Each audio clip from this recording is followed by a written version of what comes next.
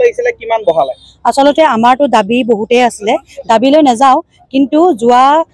2023 চনৰ অক্টোবৰ মাহত আমাৰ মাননীয় সমাজ কল্যাণ বিষয়া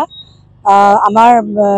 সঞ্চালক মহোদয়ৰ তৰফৰ পৰা বিভাগৰ তৰফৰ পৰা এটা প্ৰস্তাৱ আপোনাৰ চৰকাৰৰ ঘৰলৈ প্ৰেৰণ কৰা হৈছিলে সেই প্ৰস্তাৱ মৰ্মে আমাৰ অংগনবাড়ী কৰ্মীসকলৰ 5,500 আৰু সহায়িকাসকলৰ 2,750 টকাৰ বৃদ্ধিৰ কথা তেওঁলোকে প্ৰেৰণ কৰিছিলে কিন্তু আমি খুবেই আশা কৰিছিলোঁ যে আমি যি বিচাৰিলোঁ এটলিষ্ট আমাৰ বিভাগৰ তৰফৰ পৰা যি প্ৰস্তাৱ গৈছে সেই প্ৰস্তাৱটো পূৰণ কৰিব বুলি আমি খুবেই আশাবাদী আছিলোঁ আৰু আমি ৰৈ আছিলোঁ আচলতে 2 অক্টোবৰ তাৰিখলৈ যিহেতু 2 অক্টোবৰ তাৰিখটো আমাৰ ICDSৰ জন্ম জয়ন্তী হয় আৰু এইবাৰ তাকো এইবোৰ বিশেষ হয় কিয়নো এইবাৰ 50 সংখ্যক জন্ম জয়ন্তী সেই দিনটোতে ঘোষণা কৰিম বুলি অজন্তা বাইদেৱে আজি কেইদিনমানৰ আগতে আমাৰ আলোচনাত সেই কথাটো জনাইছিলে কিন্তু হঠাতে আমাক এতিয়া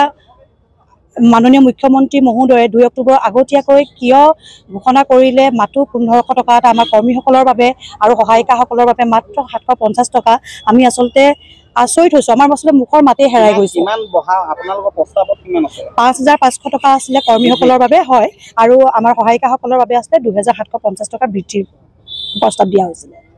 এতিয়া কি কৰিব আপোনালোকৰ পৰৱৰ্তী পদক্ষেপ এতিয়া আমি মাত্ৰ অপেক্ষা আমি আন্দোলন কৰিম বা কিবা এনেকুৱা প্ৰতিবাদ কৰিম বুলি আচলতে ওলাই অহা নাই আমি মাত্ৰ অনুৰোধ কৰিছোঁ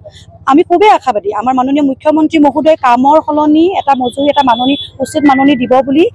আমাৰ বিশ্বাস আৰু আমি সেই বিশ্বাসটোকে আগত লৈ আমি আমাৰ কামখিনি কৰণীয়খিনি সদায় কৰি যাম আমাৰ যিহেতু আমাৰ দায়বদ্ধতা আছে আমি আমাৰ নিজৰ চুবুৰীটোৰ গোটেই মানুহখিনিৰ হৈ আমি কাম কৰি থাকোঁ সেইখিনি আমাৰ যি দায়বদ্ধ আছে যি দায়িত্ব আছে আমি কৰি যাম সেইটো তেওঁক আমি প্ৰতিশ্ৰুতি দিছোঁ কিন্তু আমিও আশা কৰিছোঁ আমি কাম কৰি যাওঁতে যাতে আমাৰ কোনো অসুবিধা নহয় সেই আমাৰ সুবিধা হোৱাকৈ তেওঁ আমাক আমাৰ মাননি যাতে বৃদ্ধি কৰি দিয়ে কি ক'ব বাইদেউ হয় কালি সিদ্ধান্তমৰ্মে যিটো বৃহস্পতিবাৰে যিটো সিদ্ধান্তমৰ্মে যিটো তেওঁলোকে মানে মাননি আগবঢ়াইছে সেইটো লৈ আমি খুব অসুখী হয় আমি বিচাৰিছোঁ মন্ত্ৰী মহোদয় যাতে আমাক অকণমান চকু বুলি চায় কাৰণ আমাৰ পৰিয়ালবোৰতো চলিবলৈতো লাগিব বহুতখিনি তেওঁ এতিয়া কি সমস্যাৰ সন্মুখীন হয় আমাৰ আচলতে কি হয় কেন্দ্ৰত আমি 4 ঘণ্টা শিশুসকলৰ লগত কটোৱাটোৱে আমাৰ সেৱা নহয় আমাৰ বিভিন্ন ধৰণৰ কাম থাকে আমাৰ গৃহ পৰিদৰ্শন থাকে শিশুসকলৰ ওজন উচ্চতালৈ আমি পুষ্টিহীনতা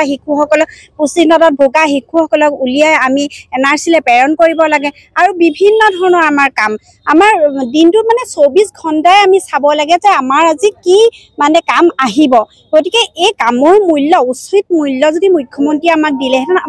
আমি কালি সুখী হ'লোহেঁতেন কিন্তু তেওঁলোকে কালি যিটো সিদ্ধান্ত অকস্মাতে লৈ ঘোষণা কৰিলে আমি অত্যন্ত মৰ্মাহত অত্যন্ত দুখিত হৈছোঁ আৰু মুখ্যমন্ত্ৰী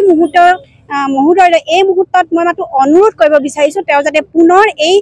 কথাটো বিবেচনা কৰি চায় আৰু আমাৰ কামৰ উচিত মূল্য দি আমাক কৃতাৰ্থ কৰে